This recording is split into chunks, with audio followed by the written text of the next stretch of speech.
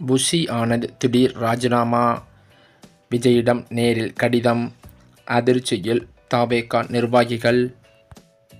தமிழக சட்டசபை தேர்தல் வரும் வியாழக்கிழமை நடக்கிறது.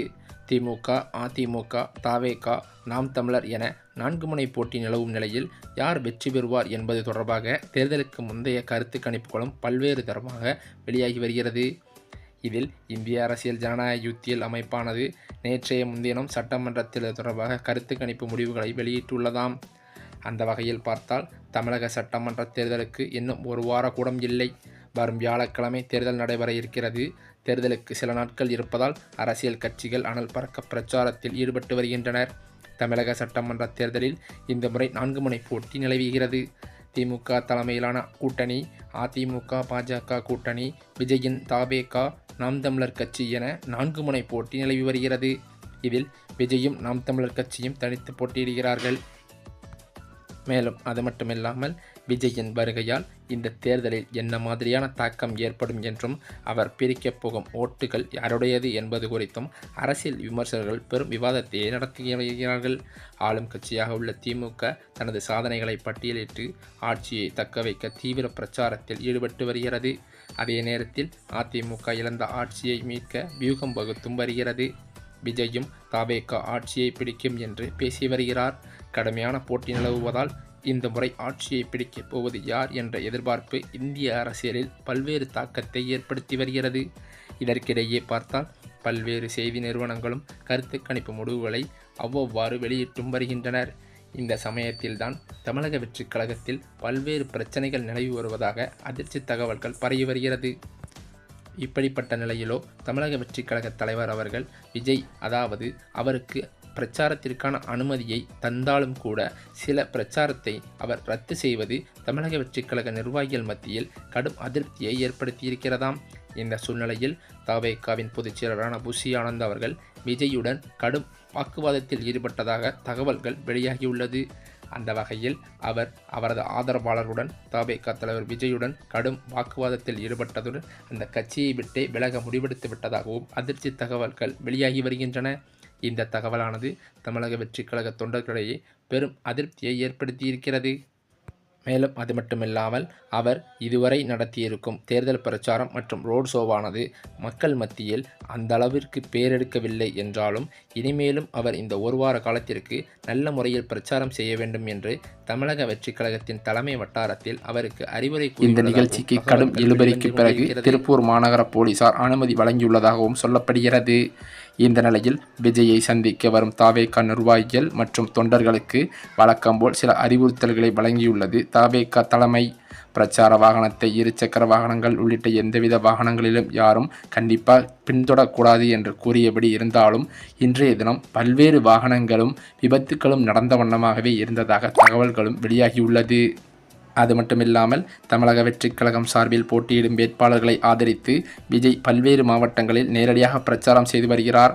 அதன் தொடர்ச்சியாக திருப்பூர் மாவட்டத்தில் கட்சி வேட்பாளர்களுக்கு ஆதரவாக இன்றைய தினம் ரோடு ஷோ மற்றும் பிரச்சாரம் நடத்த திட்டமிட்டபடி அவர் நடத்தியிருப்பதும் குறிப்பிடத்தக்கது.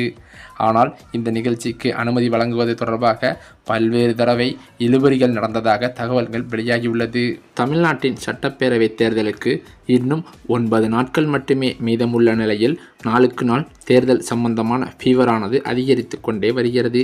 ஏற்கனவே 3 மாதங்களில் தேர்தல்கள் நடந்து முடிந்துள்ள நிலையில் வரும் 23ஆம் தேதி தமிழகத்தில் சட்டமன்ற தேர்தல் நடக்க உள்ளது. இதனையடுத்து அரசியல் கட்சி தலைவர்கள் தங்களது பரப்புரைகளை தீவிரப்படுத்தி வருவதும் குறிப்பிடத்தக்கது.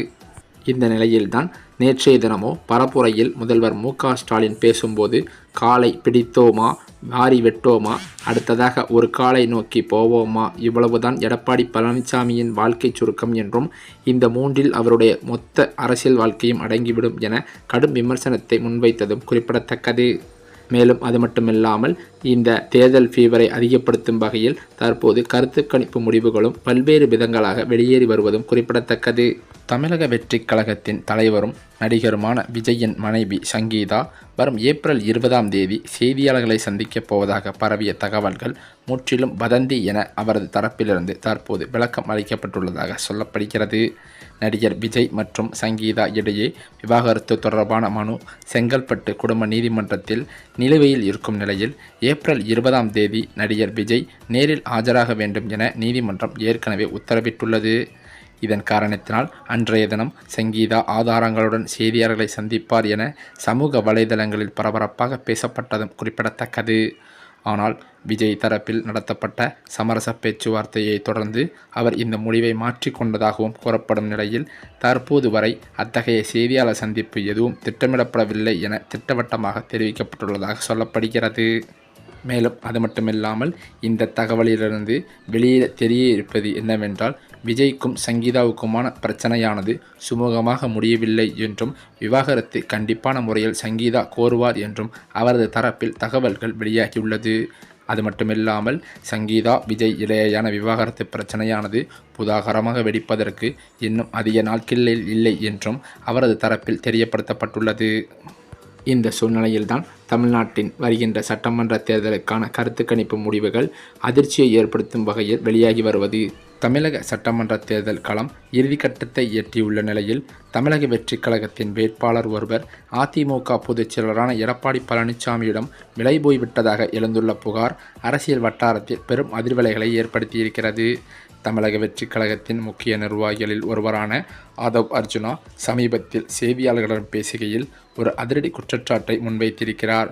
தவேகா சார்பில் போட்டியிட வாய்ப்பு வழங்கப்பட்ட வேட்பாளர் ஒருவர் அதிமுக பொதுச் செயலாளர் எடப்பாடி பழனிசாமியிடம் பெரும் தொகையை பணமாக பெற்றுக்கொண்டு தேர்தல் பணிகளில் ஈடுபடாமல் தலைமறைவாகிவிட்டதாக அவர் தெரிவித்திருக்கிறார். அது மட்டுமில்லாமல் கட்சி தலைமை வைத்த நம்பிக்கையை சிதைத்துவிட்டு எதிர்க்கட்சியிடம் விலை போன அந்த நபரை கருப்பு ஆடு என அவர் கடுமையாக விமர்சித்திருக்கிறார்.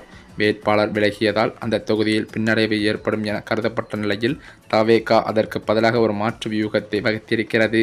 எடப்பாடி பழனிசாமி போட்டியிடும் தொகுதியிலேயே தவேகா தீவிர பிரச்சாரத்தை முன்னெடுக்க முடிவு செய்துள்ளதாம். எங்கள் வேட்பாளரை விலைக்கு வாங்கியிருக்கலாம், ஆனால் எங்கள் தொண்டர்களை வாங்க முடியாது. வேட்பாளர் இல்லாவிட்டாலும் இபிஎஸ் தொகுதியில் தவேகாவின் பலத்தை காட்டுவோம் என ஆதவ் அர்ஜுனா தற்போது பேசியிருப்பது பெரும் பரபரப்பாகவே பேசப்பட்டு வருகிறது. அது மட்டுமில்லாமல் தேர்தல் நேரத்தில் ஒரு கட்சியின் வேட்பாளரை மற்றொரு கட்சி தலைவரிடம் பணம் பெற்றுக்கொண்டு காணாமல் போவது என்பது தமிழக அரசியலில் இதுவரை கண்டிராத ஒரு விசித்திரமான சூழலை உருவாக்கியிருக்கிறது என்றே சொல்லலாம்.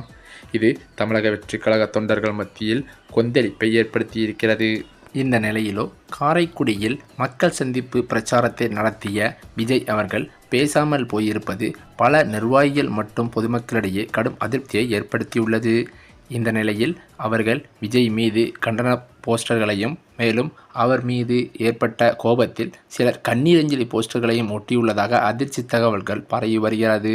இதனைத் தொடர்ந்துதான் இன்றைய தினம் திருப்பூரில் விஜய் நடத்திய ரோடு ஷோ மற்றும் தேர்தல் பிரச்சாரத்தில் பல்வேறு விபத்துகளும் பிரச்சனைகளும் நடந்த வண்ணமாக இருந்ததாக தகவல்கள் வெளியாகியுள்ளது. இதன் காரணத்தினால் தமிழக வெற்றிக் கழக நிர்வாகிகள் மீது பல்வேறு வழக்குகள் தொடரப்பட்டுள்ளதாகவும் சொல்லப்படுகிறது. இதன் காரணத்தினால் நமக்கும் ஏதாவது ஆபத்து வந்துவிடுமோ என்று எண்ணிய புஷி ஆனந்த் அவர்கள் தமிழக வெற்றிக் கழகத்தை விட்டு விலக முடிவெடுத்திருப்பதாக அவரது ஆதரவாளர்கள் மத்தியில் பேச்சுக்கள் அடிபடுகிறது. அது மட்டுமில்லாமல் தன்னுடைய வேட்பாளர் மனுவை அவர் வாபஸ் பெறுவதற்கும் அவர் ஆலோசனை செய்திருப்பதாக சொல்லப்படுகிறது. இந்த தகவலறிந்த தமிழக வெற்றிக் கழக தலைவர் விஜய் அவர்கள் கடும் அப்செட்டில் இருந்து வருவதாகவும் இதற்கடுத்து என்னவென்று செய்வதே தெரியாமல் அவர் குழம்பி போயிருப்பதாகவுமே சொல்லப்படுகிறது.